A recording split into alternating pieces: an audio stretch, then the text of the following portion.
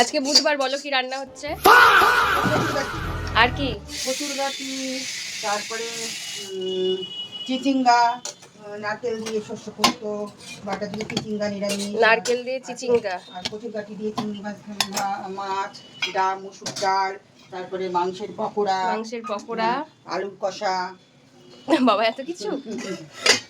পটাপট করে হয়ে গেছে। ডাল ভাত হয়ে গেছে, এখন কচুটা হচ্ছে। আর আমাদের এরকম 3 জায়গায় কেন একটু সবাইকে বলো তো। আমি ঝাল খাই না। আচ্ছা, আমার মেয়ে চিংড়ি মাছ খায় না, ওর আলাদা।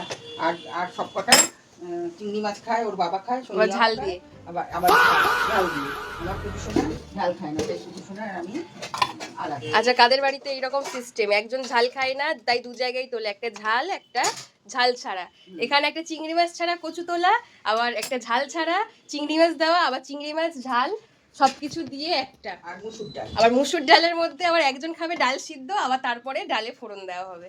ঠিক আছে, এবার কি করবো? তুই ডাল সিদ্ধ তুলে না একটা বাটিতে। এইরকম পাবলিক কে আছে? এখানে চিকেন পকোড়া হবে, তাই চিকেনটা বের করে রাখছি। আর বাইরে হচ্ছে প্রচন্ড বৃষ্টি। চলো আমাদের কলা গাছটা দেখাই। তোমার কলা গাছ কত বড় হয়েছে? 14টা ফোনা পড়েছে। তুমি গুনেও রাখছো? এই যে ডাল তোলা হচ্ছে, একজন ডাল সিদ্ধ খাবে, বাদ বাকি লোক খাবে ডাল। যা ভাবা যায়, ওদিকে গ্যাস জ্বলছে।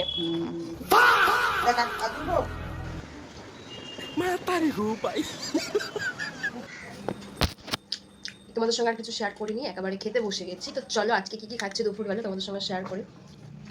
এখানে ভাত, নারকেল দিয়ে চিচিঙ্গার তরকারি, চিংড়ি মাছ দিয়ে কচুর তরকারি, পকোড়া, একটা চাটনি, একটু এটা আমের আচার নিয়েছি।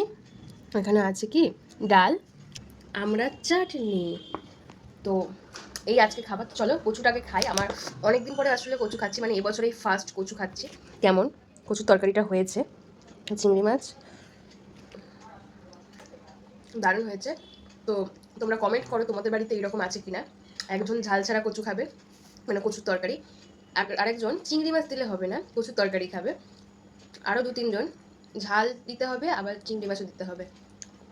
তো তোমাদের বাড়িতে এরকম ঝামেলা আছে কি অবশ্যই কমেন্ট করে জানাবে। আমাদের এক একটা রান্না করলে এইরকমই করতে লাগে, যা কিছু করো না কেন। মাংস করলেও ঝাল ছাড়া তুলতে হয়, একজন শুকনো কষা, একজন ঝোল, একজন মিডিয়াম। মানে জাস্ট যে রান্না করতে আসবে সে পাগল হয়ে যাবে, সারাদিন রান্না করে দিন কেটে যাবে। সমস্যা আমার মতো কে কে আছো? আমরা একটা মেয়ে হয়ে গেলাম, এখনো বুঝি না যে কতটা খেতে পারবো। প্রতিদিন শাশুড়ি মা দেয়, আজকে আমি নিজে নিয়েছি, দেখো আর খেতে পাচ্ছি না। কতটা ভাত আছে, এখানেও মাখানো ভাত, এটা কোনো মতে চেপে চুপে খাচ্ছি, খেতে পাচ্ছি না।